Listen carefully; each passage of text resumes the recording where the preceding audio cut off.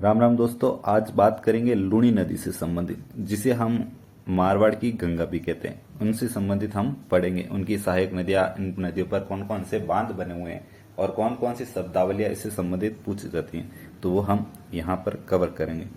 तो सबसे पहले लूणी नदी कहाँ किन किन राज्यों से होकर बहती है वो हम पहले देख लेते हैं।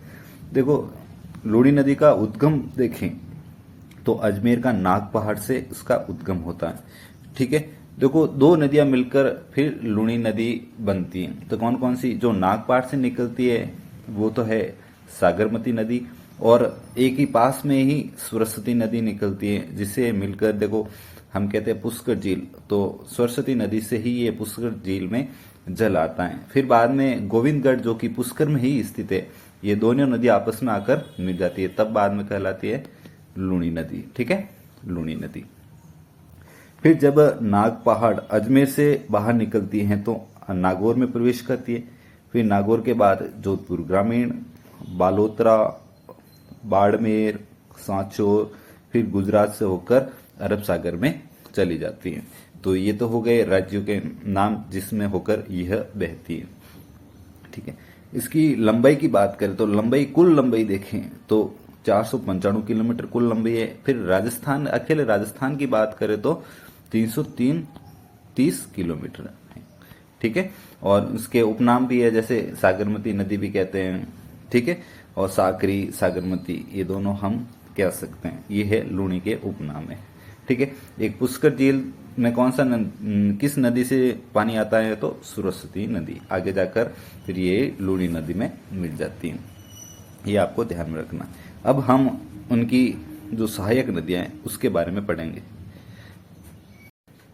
तो हमने देखा ये नदी नाग पहाड़ जो कि अजमेर से होकर निकलती है, तो निकलने के बाद जब आगे बढ़ती है, जब जोधपुर में प्रवेश करती है, तो जोधपुर में प्रवेश करने के बाद यहाँ पर पिचियाग बांध बना हुआ है। तो लूणी नदी पर पिचियाग बांध बना हुआ है। ठीक है, ठीक यहाँ पर देखो बिलाड़ा के आसपास जो पिचियाग बांध है वहां बना हुआ, किस नदी पर है? तो लूणी नदी पर। जब आगे बढ़ती है तो यहाँ पर देखो बाईं ओर से आपको एक नदी ही आकर मिलने वाली, जो कि सहायक नदी है। जो लूणी नदी के बाईं ओर से मिलने वाली सहायक नदी जोजरी है, जो एकमात्र है। ये कई बार एग्जाम में पूछ रखा है, आपको ध्यान में रखना है। जोजरी नदी जो नागौर से निकलती है, फिर जोधपुर ग्रामीण में आकर लूणी नदी में मिल जाती है। तो बाईं ओर से एकमात्र नदी है जोजरी नदी, जो कि लूणी की सहायक नदी है। अब दाईं ओर से देखें तो सबसे पहले देखें तो बाड़ी नदी। ठीक है, ये बाड़ी नदी पाली फिर जोधपुर ग्रामीण में जाकर कहाँ मिल जाती है? लूणी नदी में मिल जाती है। तो उसी बाड़ी नदी पर हेमावास बांध बना हुआ है, जो कि पाली जिले में स्थित है। ठीक है, तो कोई पूछ ले कि हेमावास बांध किस नदी पर है? तो बाड़ी नदी पर स्थित है। कहाँ स्थित है? तो पाली में स्थित है। इनकी भी एक सहायक नदी है गुहिया नदी, जो कि बाड़ी नदी की सहायक नदी है। नीचे देखें तो आपको लीलड़ी नदी देखने को मिलेगा, मीठड़ी नदी। ठीक है, अब सुकड़ी नदी देखें तो सुकड़ी नदी भी पाली, जालोर, फिर बालोतरा में जाकर लूणी नदी में मिल जाती है। और इसी सुकड़ी नदी पर एक बांध बना हुआ है जिसका नाम है बाकली बांध। ठीक है, किस नदी पर बना है?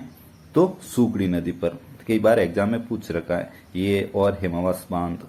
ठीक है, और सुकड़ी नदी की एक सहायक नदी है जिसका नाम है मगाई नदी। ठीक है, एक इस पे जैन टेम्पल बना हुआ है, जैन टेम्पल। ठीक है, जैन मंदिर कहते हैं। ठीक है, आपको बताना है कौन सा मंदिर ये है। अब आगे देखें तो इसकी भी जो लूणी नदी है, इसकी और एक सहायक नदी है जिसका नाम है जवाई नदी। ठीक है, ये आपने नाम सुना ही होगा। इसी नदी पर बना है जवाई बांध। ठीक है, ये कहाँ स्थित है? तो पाली में स्थित है। और जवाई नदी किन किन जिलों से होकर बहती है? तो पाली, जालोर, सांचौर, फिर बाड़मेर में जाकर लूणी नदी में मिल जाती है। और हम कहते हैं जवाई बांध, जो कि पश्चिमी राजस्थान का सबसे बड़ा बांध है, जवाई नदी पर स्थित है। और जवाई नदी की एक सहायक नदी है जिसका नाम है खारी नदी। ठीक है, खारी नदी। और अंत में देखें तो सागी नदी। ये हो गई हमारी लूणी नदी की सहायक नदियां। अब देखेंगे कि जो इम्पोर्टेंट जो शब्दावली है, जो शब्द है, कभी कभी एग्जाम में पूछ लेते हैं, तो यह भी आपको ध्यान में रखना है। जैसे दलदली क्षेत्र, जो लूणी नदी का दलदली क्षेत्र है, तो उससे क्या कहते हैं? तो उसे सेवज कहते हैं। सेवच, ठीक है। और यहाँ पर देखें तो यहाँ पर बालोतरा आरंभ हो जाता है, बालोतरा के बाद इस नदी का पानी खारा हो जाता है, ठीक है। ये किस कारण, एंथिस सागर है, ये इसके अवशेष मिलते हैं, इसके कारण हम देखते हैं कि यहाँ का पानी खारा हो जाता है, ठीक है, अवशेष। अब लास्ट में देखें तो लूड़ी नदी का जो बहाव क्षेत्र है सांचौर में, तो उसे क्या कहते हैं, रिहेड़ या निहेड़ कहते हैं। कभी एग्जाम में पूछ लेते हैं रिहेड़ और निहेड़ क्या है, तो लूड़ी नदी का जो बहाव क्षेत्र है सांचौर में, तो उसे क्या कहते हैं, निहड़ और रेहड़ कहते हैं, ठीक है। आई होप आपको छोटा सा वीडियो पसंद आएगा। वीडियो देखने के लिए धन्यवाद।